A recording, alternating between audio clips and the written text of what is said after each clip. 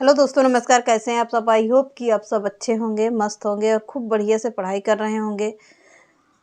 और चलिए आज हम लोग नए प्रश्नों के साथ मिलते हैं हिंदी में यहाँ से आप लोगों को व्याकरण के भी पोर्शन मिलेंगे और साहित्य का भी है, यानी कि पूरे सभी चैप्टरों का मिक्स है। तो एक से बढ़ के एक मैंने प्रश्न रखा हुआ है।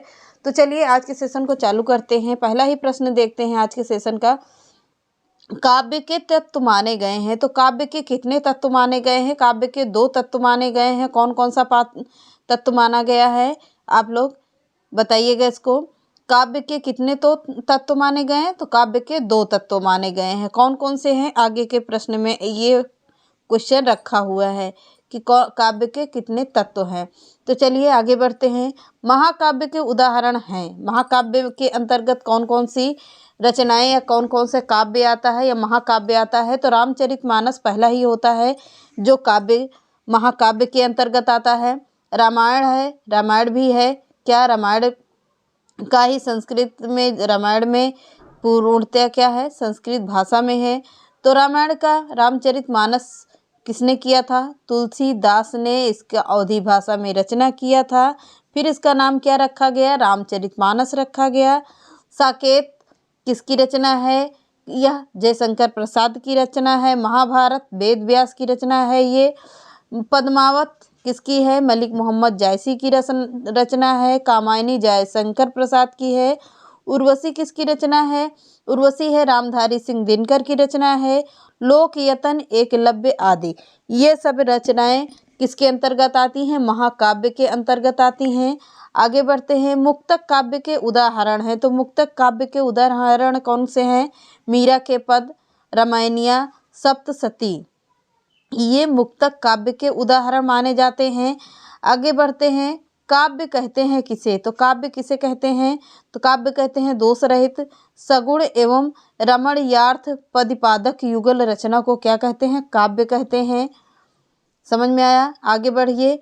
काव्य के कितने तत्व हैं? तो काव्य के तत्व हैं, कौन कौन सा है? भाषा तत्व है, बुद्धि या विचार तत्व है, कल्पना तत्व और शैली तत्व। कि कौन कौन सा है? भाषा तत्व, बुद्धि या विचार तत्व, कल्पना तत्व और शैली तत्व। ये कितने कौन से हैं? तो काव्य के तत्व माने जाते हैं। अगला प्रश्न है, काव्य के भेद कितने होते हैं? तो काव्य के कितने भेद होते हैं? काव्य के 2 भेद होते हैं। मैंने ऊपर ही बता दिया कि आगे रखा हुआ है। प्रबंध काव्य जो महाकाव्य और खंड काव्य दोनों के अंतर्गत आता है, और मुक्तक काव्य। पहला प्रबंध काव्य, दूसरा मुक्तक काव्य। तो प्रबंध काव्य महाकाव्य और खंड काव्य दोनों के अंतर्गत आता है। कौन सा? प्रबंध काव्य। आगे बढ़िए। वामन के काव्य प्रयोजन माना है। तो वामन के काव्य प्रयोजन है दृष्टि प्रयोजन, प्रीति आनंद की प्राप्ति होता है, यानी दृष्टि प्रयोजन से होता है, प्रीति आनंद की प्राप्ति होता है। अगला है अदृष्ट प्राप्ति, यानी कि कीर्ति प्राप्ति के अंतर्गत आता है। अगला प्रश्न है, भामह की काव्य परिभाषा है। तो भामह की काव्य परिभाषा क्या है? शब्दार्थों सहित काव्यम। कौन सा होगा? शब्दार्थों सहित काव्यम। तो किसके अंतर्गत आता है? भामह के काव्य परिभाषा के अंतर्गत आता है। अगला प्रश्न देखते हैं। प्रबंध काव्य का शाब्दिक अर्थ है। तो प्रबंध काव्य का शाब्दिक अर्थ क्या होता है? प्रकृष्ट होता है या विशिष्ट रूप से बंधा हुआ। यह प्रबंध काव्य का शाब्दिक अर्थ माना जाता है। आगे देखते हैं। रचनात्मक वाक्यम काव्यम, परिभाषा किसकी है? तो यह परिभाषा है रचनात्मक। रसात्मक वाक्यम काव्यम, परिभाषा है पंडित जगन्नाथ का। किसका होगा? पंडित जगन्नाथ का होगा। अगला है, कला के कक्षा कला पक्ष में निहित होती है।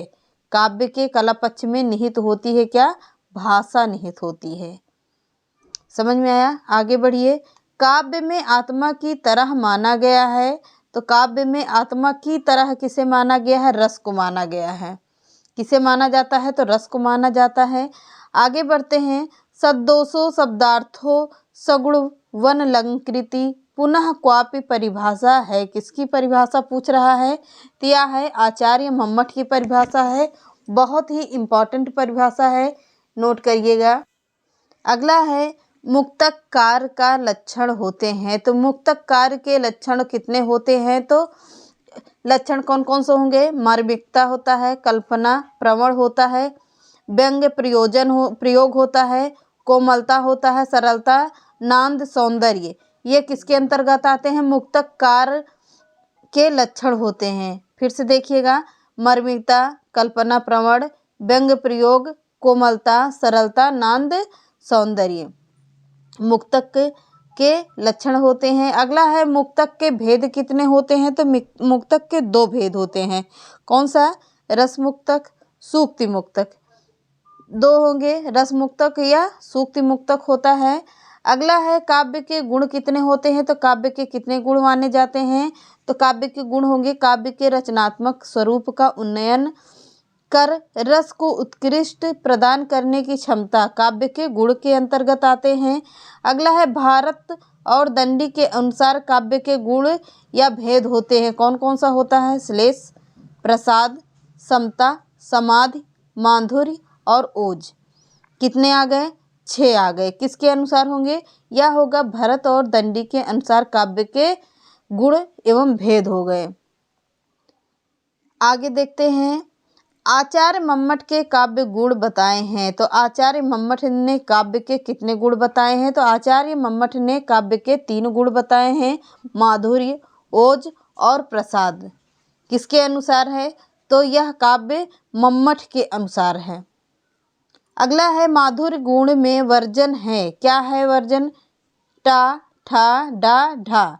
किसके अंतर्गत आता है? तो यह माधुर्य गुण में वर्जन के अंतर्गत आता है, जो समास युक्त रचना है। समझ में आया? आगे बढ़िए। काव्य दोष वह तत्व है जो रस की हानि करता है। यह परिभाषा किसने कही है? तो आचार्य विश्वनाथ की परिभाषा है ये। किसकी? आचार्य विश्वनाथ की। आगे देखते हैं, मम्मट के काव्य दोष को वर्गीकृत किया है। किसने कितना किया है? शब्द, अर्थ व रस दोष में। मम्मट के काव्य दोष का वर्गीकृत किया शब्द, अर्थ व रस दोष में मम्मट ने किया है। श्रुति कटुत्व दोष है। किसका है? श्रुति कटुत्व दोष। जहाँ परुष वर्णों का प्रयोग होता है वहाँ पर श्रुति कटुत्व दोष होता है। आगे बढ़िए। परुष वर्णों का प्रयोग कहाँ वर्जित है? तो परुष वर्णों का प्रयोग कहाँ वर्जित होगा? श्रृंगार में होगा। श्रृंगार यहाँ पर गलत लिखा हुआ है, ऐसे लिखा जाएगा, श्रृंगार करुण तथा कोमल भाव की अभिव्यंजना में आता है। क्या? परुष वर्णों का प्रयोग कहाँ वर्जित होता है? ये इसका आंसर हो गया। फिर से देख लीजिएगा, परुष वर्णों का प्रयोग कहाँ वर्जित होता है? तो श्रृंगार में होता है, करुण में होता है तथा कोमल भाव की अभिव्यंजना में होता है। अगला प्रश्न देखते हैं, परुष वर्ग किस अलंकार में वर्जित नहीं है? तो परुष वर्ग किस अलंकार में वर्जित होंगे? यमक आदि में परुष वर्ग अलंकार वर्जित होते हैं। अगला प्रश्न देखते हैं, परुष वर्ण कब गुण बन जाते हैं? तो परुष वर्ण कब गुण बनते हैं? वीर, रौद्र और कठोर में भाव में। कब? वीर, रौद्र और कठोर भाव में। अगला प्रश्न देखते हैं, श्रुति कटुत्व दोष किस वर्ग में आता है? तो श्रुति कटुत्व दोष शब्द दोष में आता है। क्या? श्रुति कटुत्व दोष किस में आता है? शब्द दोष में आता है।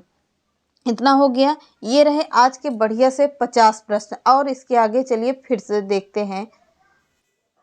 अगला है, भारतीय काव्य शास्त्र के अनुसार काव्य के कितने तत्व होते हैं? तो भारतीय काव्य शास्त्र के अनुसार काव्य के तत्व हैं कितने?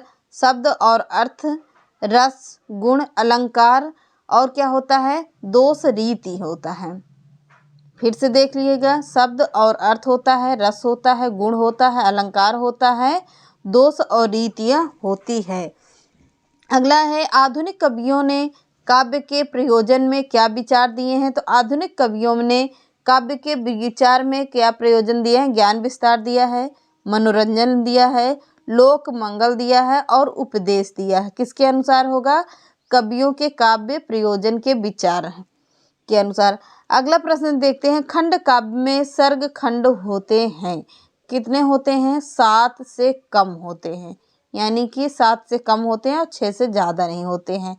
अगला प्रश्न है, शैली के आधार पे काव्य के भेद हैं, कौन कौन सा है? गद्य पद्य का मिश्रित शैली क्या होगा? चंपू शैली। गद्य और पद्य को दोनों मिलाकर क्या हो जाएगा? चंपू शैली जिसे कहते हैं।